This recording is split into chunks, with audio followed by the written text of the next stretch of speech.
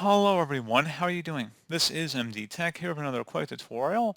In today's tutorial, I'm going to show you guys how to add a signature line in your Gmail replies.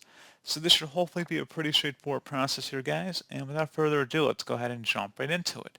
So all you have to do is select the gear icon at the top right corner of the Gmail inbox. Go ahead and left click on that.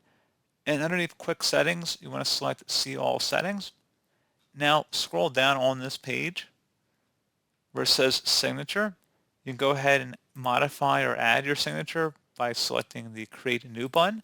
And if you want to create a name or a custom signature, you could just say job title or whatever. It doesn't really matter. This is just for your personal reference here. And then once you've selected that, on the right side, you would just go ahead and type in whatever you wanted your signature line to be. You copy and paste in the information as well. If you have a corporation, they might have a template for you to copy and paste in here. And that's pretty much it. So you may have to scroll down and select Save Changes as well to save the change, and that's about it. Pretty straightforward process here, guys. I do hope I was able to help you out, and I do look forward to catching you all in the next tutorial. Goodbye.